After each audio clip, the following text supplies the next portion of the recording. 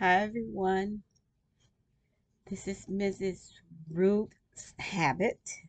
I said Mrs. like I'm Mrs. Miss Ruth Habits. Lovely Ruth, in other words. My channel name is Miss Ruth's Habit. Maybe I need to change that until I'm still working on getting a new name, but just wanted to pop in today, which is the third. Oh, it ain't even the third yet. It's the 2nd of July. Getting ready for the 4th of July. Eat, eat, eat. That's the fun part of the 4th of July barbecue. I hadn't had barbecue in a while.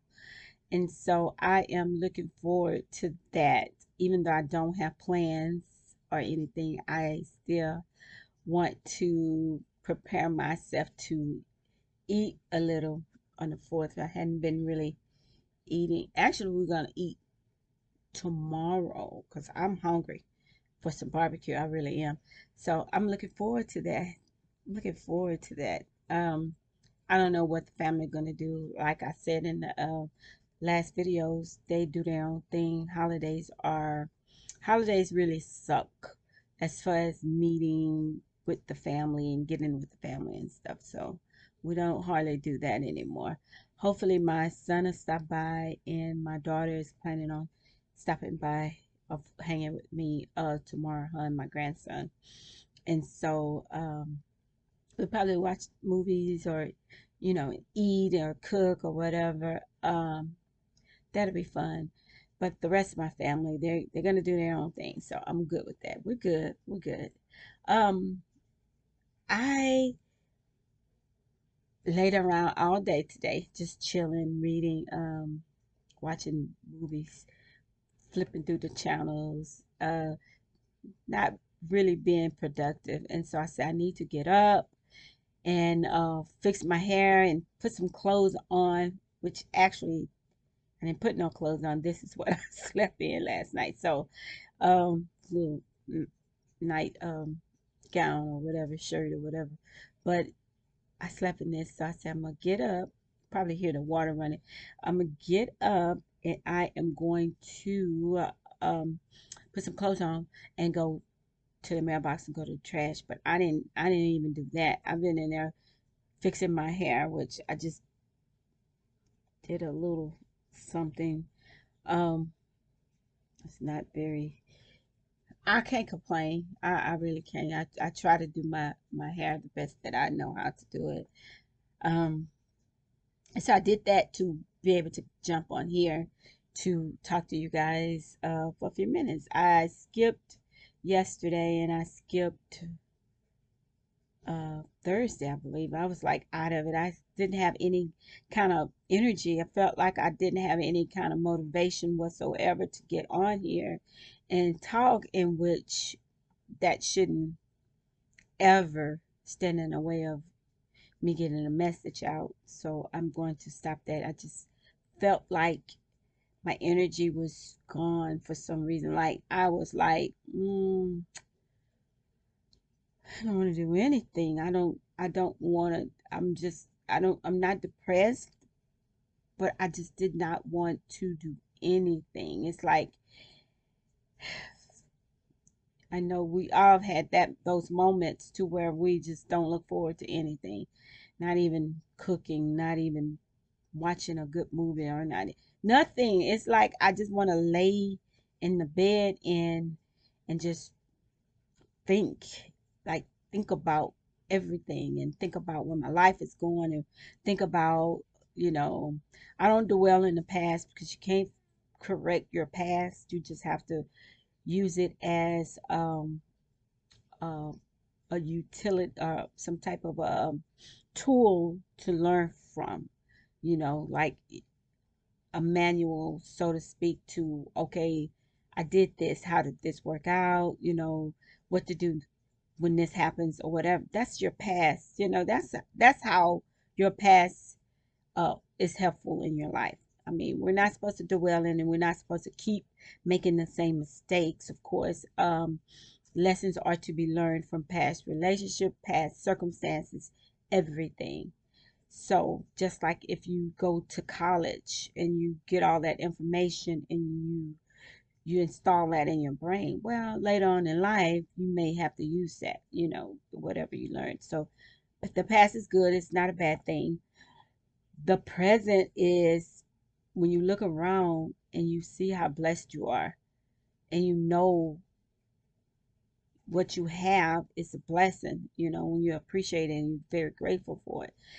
That's living in the moment. I mean, if you want to get up and go have a soda and some popcorn, or you want to go get your snack, or you want to cook a meal, and you're living in the present. I mean, that means you're here and you're living and you're thinking and you're well, and that's a good thing. That's a very good thing. And which leads to our future. We have no idea what's next for us. We have no idea what will happen to us. I mean, we can think it, we can plan it, we can, uh, you know, write it in our calendars. We can uh, have some type of expectation of what's to come, but we really don't know what's to come. We don't know the next. I mean, there are some people who do. There are some gifted people who know, what's going to be next in their lives, but we really don't know. But God knows. I love to say that God knows what's next. So for me to be worrying or trying to figure out what's next for my life in general, it's like it could be a headache. But if you go to God with it, and He'll give you answers, and He'll show you some things, and He'll lead you somewhere, and that is a good thing. That is a good thing. And sometimes we do have to. I'm not trying to contradict myself, but sometimes we do have to figure some things out, because we can't go living idly thinking, "Oh, I don't have to worry about what's next," because it's out of my control. It is out of your control, yes. But don't have an idle mind about it, because you can actually kind of somewhat help, determine what's next for you. Because you can think your worth and your value and what you're capable of. You know what you're capable of. You know um, your talents. And some of us even know our purpose in life. We just got to move toward that purpose. And moving toward that purpose is not going to be hard to do, because that's your purpose. That's what God wants you to do. That's what God is leading you to do. I think our purpose also is what we've already done, what we're doing now, because we all have a place in life to uh set off the next and set off the next. What I mean is, my purpose may be to get up tomorrow, take the trash out, go to the store, find $1 million. My purpose was to actually have the will to get up and go to the store. And my purpose is to, take that trash out, and then that motivates me to get in my car and go to the store, and I needed something from the store, and I meet by chance somebody that I needed to meet, and then that person by chance meets somebody that they needed to meet, and it all connects. So laying in the bed, putting your head under the covers does not help anything. It doesn't solve anything. It's relaxation. It's a moment of pleasure. Like, that's the best thing I think is that's the best pastime I could think of, is being in my cozy bed with the remote and some snacks. Oh my God, that's it. That's the life, right? Until you have to face reality, till your money have to come in, till you have to work, till you have to make moves, hit some corners. So yeah, um, favorite pastime, chilling and relaxing with snacks, of course. So said all that to say this. It's been kind of, I wouldn't say rough. It's just been kind of slow for me. I feel like that I'm in this box, And I used to metaphorically say this a lot. I've said this before. I'm in this box. You know how you can, you have a little square box, right? And you're in it, right? And it has no doors. The walls are high. There's no way out, right? You can't go to this side and try to climb out. You can go to this side and try to climb out. You can go to the left. You can go to the right, try to climb out. There's no way. So you're feeling kind of trapped. And then you're thinking, like, I'll never get out of this box. I'll never get out of this box. So when you finally calm down, relax, think about your environment, think about your surroundings, think about that box and think about it in a sense of it's a box. I got in it. So there has to be a way out. So not only do the box have four walls, the box should have four corners, right? So think about you tackling getting up those corners of the box, just running to get up out of the box. Once you get that leeway to where you have your fingers out, then you can pull yourself out of it. And that's a metaphor that I know it sounds crazy, but that's a metaphor that I get sometimes for myself, because sometimes when I feel like I'm moving, but I'm not moving per se. I'm sitting still, but the world is going on around me and I'm not in it per se. I feel that way sometimes. It's crazy. It's a crazy thing, but I feel that way sometimes.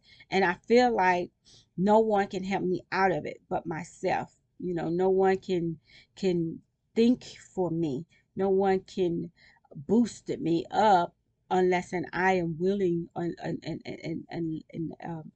letting someone do that. So it's on me. It's my challenge. It's me, that I have to do some things to change me, or I have to do some things to um, make it better for me. In other words, I will not tell you to do anything. You'll never hear me say, uh, do it. Go out and you can do it. We can do it, but I think that without God, we can't do it. I mean, we're not going to get the best results of it. So I pray. I pray a lot. I talk to God.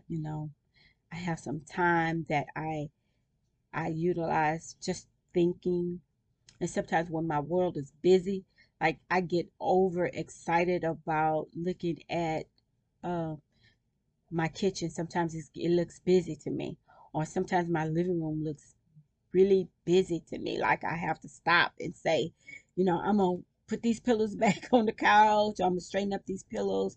And I'm not one of those people that's a fanatic for cleaning up every day. If I have to, I have to, but it's not even one of my best attributes. So I don't want to clean every day. So tidy up, maybe let's just use that word, tidying up the living room, making sure the pillows are on the at least on the couch, and making sure the floor is vacuumed or swept or mopped or whatever. That's cool. The neater your room, and my room is junky right now. I hadn't even started packing anything in this room to move. So if you kind of put your mind into making everything clear, decluttering everything, um, that to me, that would be a way of at least decluttering your mind, because when I see a lot of things, a pile of clothes or laundry that I have to do, or things that I have to put in its own place, it makes me kind of anxious. And I don't like to be anxious all the time. I don't like the oh, I got to do this and I got to do this, or I have to go here and I got to do this. And I try to take it one step at a time. I try to listen to my mind and say, it may not be today, but it is this week, that I have to do this, or I have to do that, or for a long time. In me, I will drive around in my car for weeks and months. I used to, just put it that way. I don't anymore. I have more time on my hand.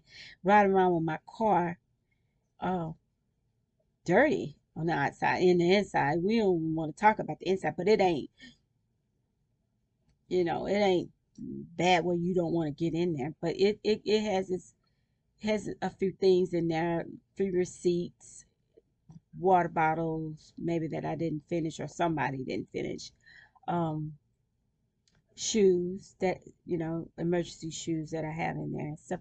It can tend to be a little less cluttered. And as far as keeping the car clean, I would drive around, and not have it washed, because my idea of going to the car wash is is work. And women are like, we want our cars clean. And me being single, I don't, I have to do it myself. And so I don't know if you guys can hear that water. Hold on a second. Hold on.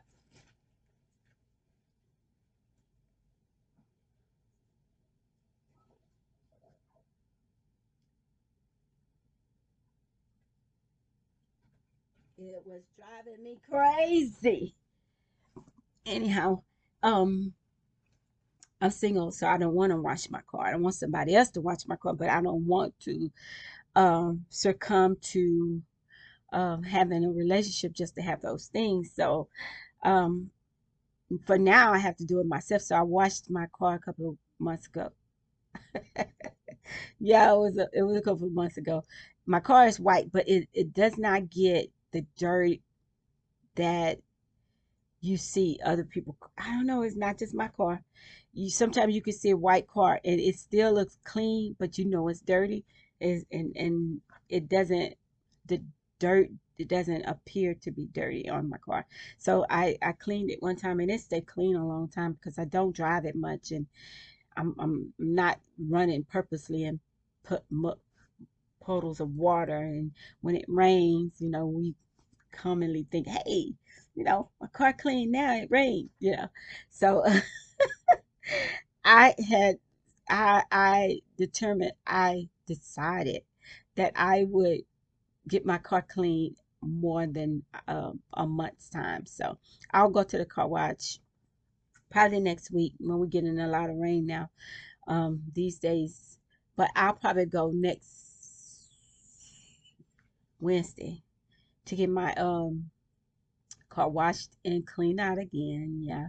And so every day, every day, I think about what can I get rid of, because I'm trying to declutter my home, because I'm moving. So everything that I don't want to take, I'm trying to throw it out or give it away or whatever. But it seemed like the more I look around, the more I'm bringing stuff back in. And Lord knows I don't need any more clothes, so I'm not buying any more clothes. So every once in a while, when I go out somewhere and I'll see something real cheap or something, I'll get it. Which my mentality right now is really, I'm not decluttering. I'm not cluttering the house. Not bringing decorations or anything, pictures, frames, or any of those things. I'm bringing in boxes so that I can pack some more. And those boxes, as I'm packing them, they're increasing. And it feels like it's getting me overwhelmed or excited about, what to do next. I got to find a storage. Got to get some more boxes because I've already packed up. I got to tackle some things. And in my mind, it's like, oh, I don't want to do that. I don't want to do that. But I'm beginning to make myself, hold myself accountable for the things that I need to do.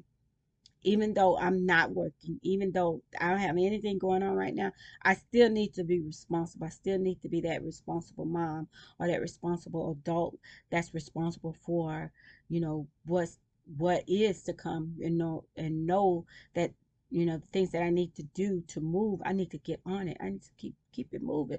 I need to keep working as on my videos. It's a lot of things that I need to still read. I'm doing this thing. I'm letting one thing take my whole focus. When I'm concentrating on one thing, that's where my focus is. I'm not worried about nothing else. Like today, I hadn't even eaten anything because I'm focused on one thing, or one thing after another thing. But all when I'm concentrating on something, I'm concentrating on that thing. So I need to be a little bit more active when it comes down to uh, taking care of some things. Like I can do this. I'm gonna start making a list of things that I need to do. I don't know. I feel like a job. I don't. I keep telling myself that I don't want anything that I do right now take away my freedom. I feel like I have a little freedom, and I still think that God told me to sit down somewhere, rest in Him. Sit down. Go sit in the corner. Just rest, relax, so I can show you some things, so I can give you some ideas and some plans. And I try to do that. I try to do that. I try to do that. I'm still making myself available for work per se. I'm praying that it's something that because I gotta face reality now. God is leading me somewhere. Um, I'm praying that whatever He wants me to do, it's gonna be something I love to do. I'm gonna be passionate about it. You know, I'm gonna love to do it. I'm gonna want to do it. I'm gonna actually love it. So I want that. I don't know how many people think that they can't have those type of things. We don't think we worked hard enough, or we don't have enough education, or we don't have enough friends or connections to have the things that we really, really want in our lives. And it's possible. It is definitely possible. And I'm saying that before I even get a job, or before I even get um fixed income, or a residual income, or generating income coming in for myself. And I'm saying that prior to this, that's how much faith I have, that something is going to happen. And if I'm talking to you to a year or so from now and saying the same thing, maybe I'm taking a wrong route, or the wrong mindset on this. But I am going to, back to the list, I am going to make a list of things that I have to do daily. Set small goals for myself. Keep the big goals, but set the smaller ones to get to that big goal, right? I'm going to, I decided to besides reading more, I decided to take master courses, and I decided to find me a mentor, somebody that I can follow, somebody that I can look up to, somebody that I believe in my heart is telling me the right thing, because there's a lot of people out there on YouTube that you shouldn't be following, you shouldn't be listening to, because your mind will be all over the place. And I know me. I know me. If I hear a good second of something, I'm gonna be like, "Yeah, that sounds right," and then I'll be like, "It'll fizzle out." If it fizzles out, then it wasn't for me to get. You know what I mean? So I pray for myself. I pray that I can encourage someone. I pray that I can um, help someone see their lives in me, through me. Does that make sense? I want to contribute to helping people by let teaching them, or just telling them my experience. And I can talk for days about things that happened to me or happening to me. And God is real, and he's there, and like what I'm going through right now, per se, it's it's it's good. I mean, it's scary not to have a job, you don't have any money coming in. So, and don't have a boyfriend or man out there, because I don't think I'm mentally ready. Or maybe I am ready, but I want to be sharper than what I am. I want to have some stuff already. I want to have some stuff behind my name, and some substance, like something to say, hey, yeah, you come in with this, but I got this too. We can be this team, right? So I don't want to come to the table empty as far as a relationship is concerned. I want to get myself together. That's the most important thing to me right now, is to get myself together, get my life together. What do I have to offer anyone at this point, And God is working on me to grow in that sense, I feel that I had lost a lot of time pursuing a dream that wasn't my own. I don't regret anything that I've done. I know some of the decisions that I made was not of God and through God. Of course, I know that. But when He finally got His hands on it, when He turned me around, it's like I view it as me being a checker piece, and you're making these steps, right? And then you fall, or you stumble, or you can't move. You can't make a move. You got all these people around you, right? These um, players around you, and so you can't make a move either way. So actually, somebody trumps you, and then you got to start back. So it's like, to me, I'm that piece that have to, if I take the wrong direction, I have to take some steps back and start over again, and do it again. And that's my life all this whole year, especially in my career. Of course, it was for me. What's for you, it's going to be in your life anyway. Of course, it was for me. But I think that in the midst of it, me having a job for 24 years and 17 years before that and 3 years before that, you know, I should have been preparing myself, telling God, asking God to get me to that dream that I've always had. Instead, I'm like going through life floating. It's like, you know, it's like I'm living life right now. I don't have time to look for my future. I don't have time to put $1 million away. I have to live. I got to pay my bills and water bills and stuff.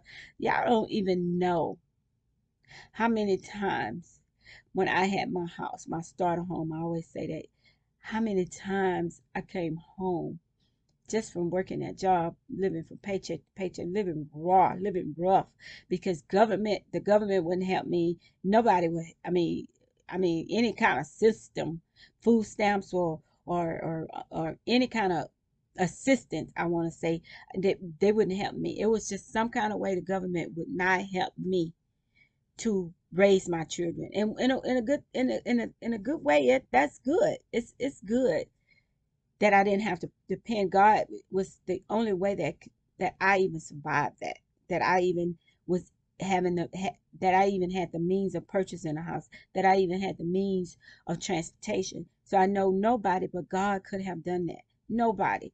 Because my check, I remember making a cool minimum wage back then was five something, I think. Went up to six something. When I started working, I was making $7, I think. And then it went up to 7.25. But I had a car to run, a house to run, and my children to feed. And who does that on that type of salary? So I know it was the grace of God. I already know. I tell God all the time, couldn't have been nobody but you. So I got by. I mean, I was living my life. I appreciate everything, every door, every opportunity God laid out for me, and I tried to take advantage of that. But we also we want to live out pleasures. We want to have materialistic things. We want to have relationships that don't even make sense. And we want to do those things outside of God helping us. And God still had His hand on me no matter what. My club days, which didn't last long. I mean, it was like a minute or two. I wasn't supposed to be in a club, and it was uncomfortable for me to be in a club. So that didn't pan. That didn't stay long. And the friends that I had, God always had me to where He'll reveal who supposed to be in my life and who doesn't supposed to be in my life. And so that was good. My friends was chosen wisely. My starter home came with a lot of wasn't new, but it was a home. So it came with a lot of repairs and all of that. The job that I had, I remember working at a retail store, and I was working any shift, like I would work in the daytime, get off some of the times early, and sometimes I'll be off in the middle of the week, but I'm working on the weekends and usually closing the stores. And so I would remember driving home um, from the store at night on a dark street. Like I think that's how my eyes got really, really terrible now. But I would drive home to go get my kids from my mom's house and then go home with them. And every day I would drive, every night I would drive on that road. I would promise God. I said, God, if you can give me an 8 to 5, I promise you I'll go to church. I will go to church. I would take my children to church. I would do this. I would be an upright citizen. I would. And at that time, that the store franchise that I was working at, department store, it went into chapter 11, chapter 13, something like that. It was going out of business. But prior to it going out of business, it was like, I honestly, retailer was all I knew. I was not even worried. The funny thing about it is I wasn't even worried about where I was going to go next, because with that type of experience you can go to all different types of stores. But it was in I left it in God's hands, because I wanted a regular life, and I didn't have a regular life, you know being at a place where I couldn't enjoy my kids. And by the time I got off, they were tired and sleeping. I didn't have any fun with them. And on the weekend, they was always with my parents and my sisters and brothers. And so I didn't, I just asked God. I just asked God for something better. And sure enough, it was a transition from that job into the wholesale job that I had. So it was like it was like we had 3 months to find another job, and I wasn't really looking. And my resume went to this job. This girl took my resume. Long story short, they called her and they called me. She didn't want the job. She didn't want to work there. So you know she, she had education behind her name, so she had other plans. So I got a job there, and it was just a transition. And then when I went to the job, it was like year after year, every 6 months, every 3 months, they were giving me a raise to catch me up. And then it was like God, all these blessings was just pouring in. And I know it was him, because I think he knew that I was trying to do what's best for my children and my parents too. So that was nothing but God, nothing but God. So I know if he did it then, he'll do it now. He'll do it for me again. So there's no worry on that. And as far as the house was concerned, with my kids, I kept it long enough when my kids grew up and grew out of the house. It was time for me to let go, because it had become a burden. That's when things started going really, really slow. It's like I started like being all over the place, choosing the wrong boyfriends, and not thinking that I'm worthy enough to be married. So I'm accepting all types of relationships, not abusive though. Nobody, it's not gonna hit me. Well, knock on wood, nobody better not try anyway. But I found out that it was beginning to be a big of a burden for me, for the home repairs and the keeping the lights, water, and gas on. I can't, like I said earlier, I can't remember, even with my kids toward the end, I can't remember how many times I went home and my lights was out, or my water was out, or my gas was out. And back then when your gas get out, everybody in the neighborhood know your gas is out, because the truck got to come. The truck have to come, and the water trucks have to come and turn your water on and everything. So it got pretty rough, because I had started um mismanaging my money.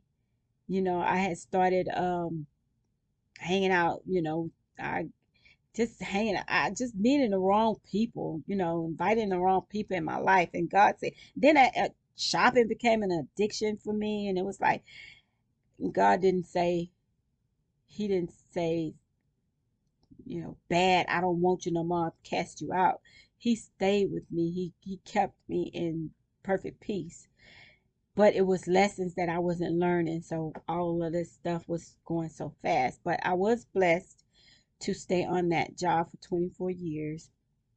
And I was able to, when I think about it, I was able to, when I think back on it, I was able to raise my children with that income, and own a house with that income, and own, I think, two cars at one point. My first car got totaled by my brothers and sisters. Of course, I loaned it to them, and that was it. Yeah, and a car.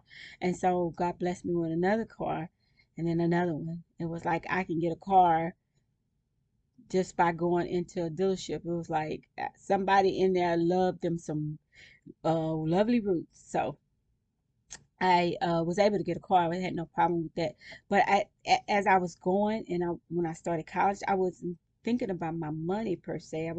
I was running it. I was running raggedy with, you know, I didn't know. I mean, when we're young, we don't know what we know now. I didn't know how bad your how much rather your credit affects you in the long run. So it was like I had credit cards and I had department store cards, and I was like, And then when I bought that house, it was like I had to get rid of some of that stuff. I was like, no, screwing up your credit. So I managed to get it back on track. Instead, after I sold the house, I didn't dabble. I know about credit per se. I didn't dabble in so much as credit cards and everything, but I did purchase stupid stuff that had high end interest on it and stuff. But I didn't know. Nobody sat and told me, and this is one of my, I would say, one of my generational curses. Nobody sat and told me how to manage money. You know, nobody told me how, it's important to tithe. I did not know that it was important to tithe.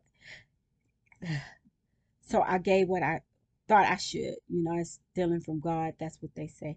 So nobody, I never took the time out to see my money or see where it was going or be accountable for it. You know what I'm saying? So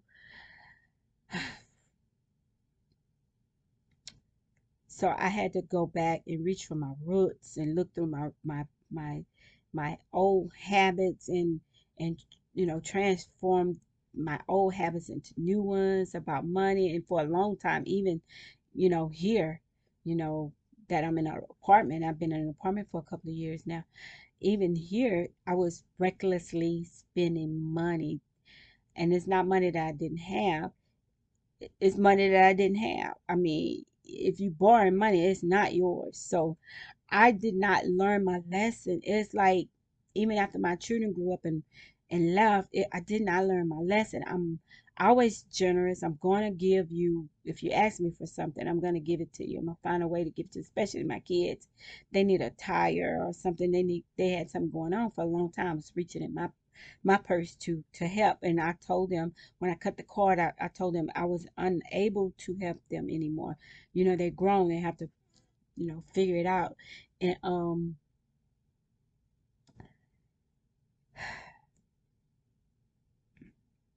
I think they've seen a lot as far as me handling my money, that it may have affected them in some ways, but they're doing really good. I think that I could have done better. I know I could have done better with my finances. I know I should have been putting some money away. I know that I should have been planning for my future, my retirement. I know I should have been doing these things. Now I didn't know then. I didn't feel like I thought my parents was gonna live forever. I thought that I would have this job forever. I thought that I would be able to manage because I'm a good person. I think that we all think we're good people, and good people attract good people and good ideas and good opportunities and stuff. But it seemed like I buried myself in the thinking that I couldn't quit my job. I couldn't afford to think about exiting a job because I need the money. I need the money to pay rent. I need the money for food, which we do. I do. I do. I need that. However, I needed to, and I think the sole purpose for that, me getting sick to quit, I think the sole purpose of that was for me to step back, take a look at how I spend money, take a good look at where the money comes from, how are you spending it, are you making a legacy? All of these things I had to look at, and I wasn't about to look at it. I was going to continue to spin my wheels into getting money to pay off debts, or getting money to getting money to pay borrowed money. And I lived I lived a pretty good, it was a pretty decent, I wasn't really lacking anything. I was comfortable, I had um things, but was I happy? You know, was I happy? First of all, being honest, I wasn't at my state of being happy. I didn't, it was always something missing. I sometimes look at my pictures, look back at my selfies or whatever, and I look and I say, look at you, you were so sad. But it was a pretty picture, but it looked like I was so sad. Looked like my something was is drawing from me in my pictures. It's like, what, why wasn't I happy? What was missing? Was it a man that was missing? Was it being able to go on trips? Was it having that extra money in the bank? Was it, I'm in my dream house? All of that wasn't present, and it's still not present right now. But I'm more happier now than I was back then. It's weird how, I guess because I'm really taking a good look at my money. I'm really looking at, there are so many people that are more unfortunate than I am. Um, and that when we look at our overall picture of our lives, and we say, oh, good, at the end of the day, we land on our pillows and we're saying, hey, you know what? It was a good day. I had fun. I ate this or whatever. And that's your life. But what about other people's lives? What about kids that are hungry? What about the people that's under the bridge down the street? What about, you know, women that go to church and they don't have nice dresses, or they don't have the things or the shoes? What if the women that's trying to start a career for the first time, they don't have the shoes or the dresses or the things, the jackets and stuff that they have, that they need to get to work? And I want to be a part of helping, because when you're not doing your purpose, you're not going to be happy. You can pretend all you want to, you're not going to be happy until you're doing that purpose God set you, created you to do. I believe that. I'm a true believer of that. I think that the more you run from it, the more sadness your life is gonna feel sad. So, that was an epiphany right there. I want to help. I want to help the next person. I want to help people that otherwise, probably was going through life like I was, not seeing where they need to be, not seeing what they need to be doing right here and right now in order to be comfortable later on. I mean, um, we're not promised anything. We probably don't, we probably have another 30, 35 years, 40 at the most on this earth. And what are we doing with that time? What are we doing? You know, I said earlier on a video that I left my job because I wasn't happy. I wasn't living my life. I wasn't living my life. I didn't see Saturdays anymore. I was so tired. I didn't feel like doing anything. I had job on the brain, work on the brain. That wasn't even my responsibility after I got off. My job wasn't my responsibility after I clocked out. I was done with my job.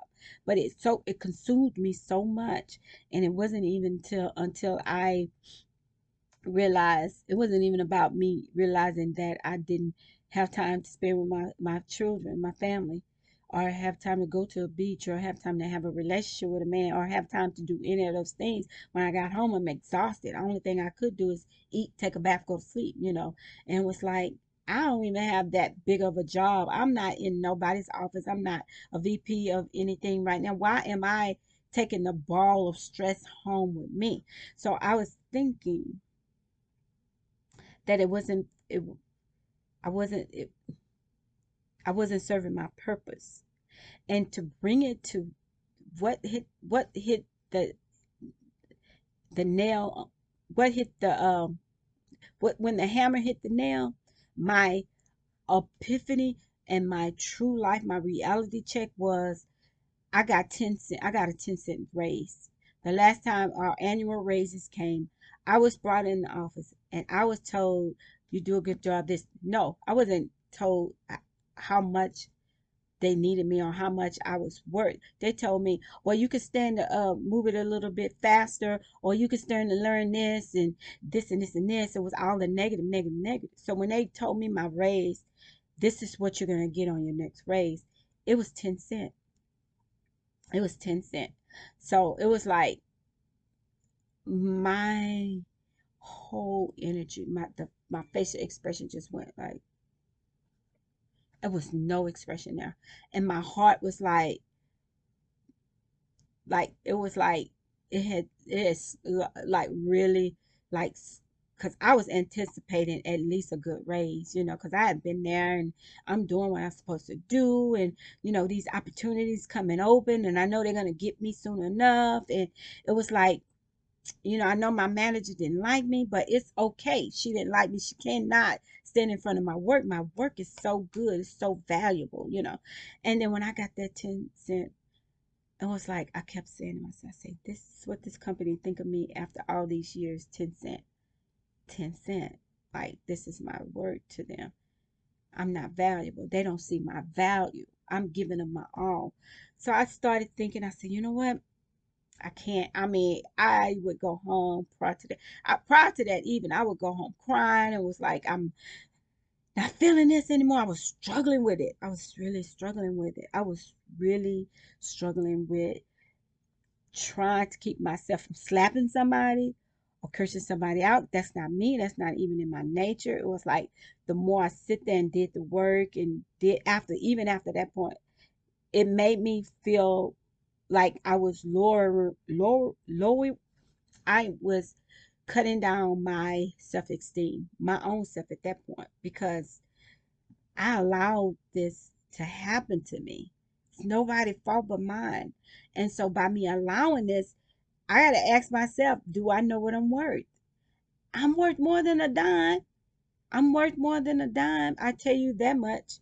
And so at that point, it was like, no, it's got to, even if it ain't nothing better out there, it's got to be something better than this. Nothing is better than this, what I'm going through. You don't see my value. Maybe you'll see my value after I leave this company. Maybe you'll see how important I was after I leave this company. Nevertheless, if you never see it, this is not for me. This is not, I don't think God wanted me to stay this long. I think I did it for selfish reasons. Because when my kids got grown, it was time for me to go. It was time for me to uproot and go like everybody else did. But no, me, you know, your company, your jobs are not God. They're not, they're just resources, really. So I was thinking, if God did that for me 24 years ago, transitioning me from one job to another, even prior to that, transitioned me from a college job to my retail job to this job, I know He'll do it again. Matter of fact, He don't even want to do it again. He don't even want to do it again. He's so good that He wants me. This is how good God is. He wants me to make my own money.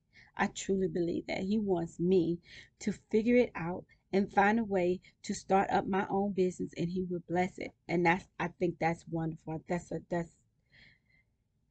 good feeling.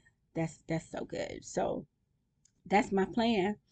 I let my own selfish reasons get in the way of me finding getting something better a long time ago, or even having time to spend with my family and friends of my life, enjoy my life while I can, while I have my health, and while I'm still in my right mind and everything. I've seen my mom go through Alzheimer's, and I had to work. It's like I should have took that opportunity to be there more. Stop. I could have quit then. But God sustained me. God kept me, and He'll do it again. I'm just not going to miss. I just do not plan on missing those life milestones with my children and my grandchildren. I want more grandchildren. I want to spend time with my older sister, my sisters, my brothers more. I do. I do. I want to get up, be able to get up and go and enjoy doing something. Go to a movie or do something. I want to enjoy the time on the beach, or I want to enjoy doing a project, or setting goals for myself, or maybe I'll do a challenge of losing weight challenge, and not starving myself challenge, but a losing weight, getting my health back right, getting time to meet new people, explore new things, uh, take courses, get some licenses behind me. I got all this time to do so, and I'm sorry. If an opportunity come up for me to work, I'm going to take it. Yeah, I gotta make sense of this thing. But in the meantime, I think I'm supposed to enjoy my life, because that's what I've been crying to God for all this time. I don't get to enjoy my life. I don't get to enjoy the blessings that you have bestowed upon me. I mean, when I say blessings, I ain't talking about materialistic stuff. I'm talking about things with heartbeats. You know what I'm saying? So, so I am going to do that. I am going to enjoy my life until the time comes where I have to move it. I have to boogie it. I have to get her done. So I hope that this me quitting my job is a stepping stone for someone that is struggling with that. I mean, it took a whole lot of sermons. It took some reading. It took some studying. It took some me putting my head down and just face to the ground. What to do, God? What to do? What to do? It took a lot for me to make that decision, and it should have been just easy. Should have been like the first sign I got to do it. I should have took it, but God is God is right on time. So nevertheless, his time again is different from our time. So he's got me. I always say that he's got me. Um, but anyhow, I have to let you guys go. I'm gonna go in here and take a bath, and I am going to relax, make me some soup or something to eat, talk to my grandchild, study. I think I'm gonna study again and go on take that practice test. 'Cause I got a test coming up this week. It's very important. I pray that I pass it. If I don't, I'm gonna try again. I'm gonna try again, and I'm gonna try again, because I have to do something. I wish I could go back to school. That's an idea. Hmm. I got to do something to better myself. It's never too late.